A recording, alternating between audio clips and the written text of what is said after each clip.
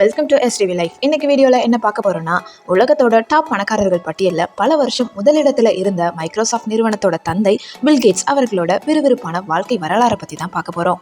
இந்த வீடியோவை ஸ்கிப் பண்ணாமல் முழுசாக பாருங்கள். பில் கேட்ஸ் அவர்கள் அக்டோபர் 28, 1955 அமெரிக்காவோட சியாட்டில் நகரில் பிறந்தார்.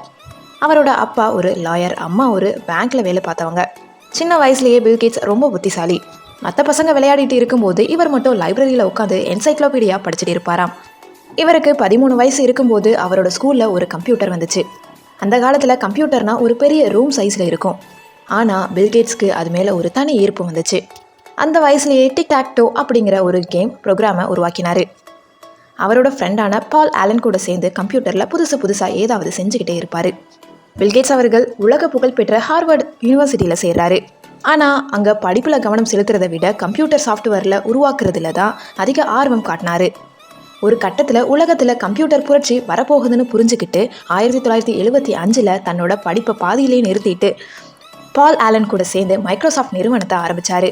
ஆரம்பத்தில் ரொம்பவே கஷ்டப்பட்டாலுமே IBM நிறுவனம் இவங்க கிட்ட இருந்து சாஃப்ட்வேர் வாங்க முன் வந்தப்போ மைக்ரோசாஃப்ட் தலைவிதி மாறுச்சு. அவங்க உருவாக்கின விண்டோஸ் ஆப்ரேட்டிங் சிஸ்டம் உலகத்தில் இருக்கக்கூடிய எல்லா கம்ப்யூட்டரையுமே ஆக்கிரமிச்சது. இதனால் 31 வயசுலேயே பில்கேட்ஸ் ஒரு கோடீஸ்வரர் ஆனார். பல வருஷமாக உலகத்தோட நம்பர் 1 பணக்காரராக இருந்த பில்கேட்ஸ் அவர்கள் இப்போது தன்னோட சொத்தில் பெரும் பகுதியை Bill and Melinda Gates Foundation மூலமாக ஏழை மக்களுக்காகவும் மருத்துவத்துக்காகவும் செலவு பண்ணிட்டு வராரு.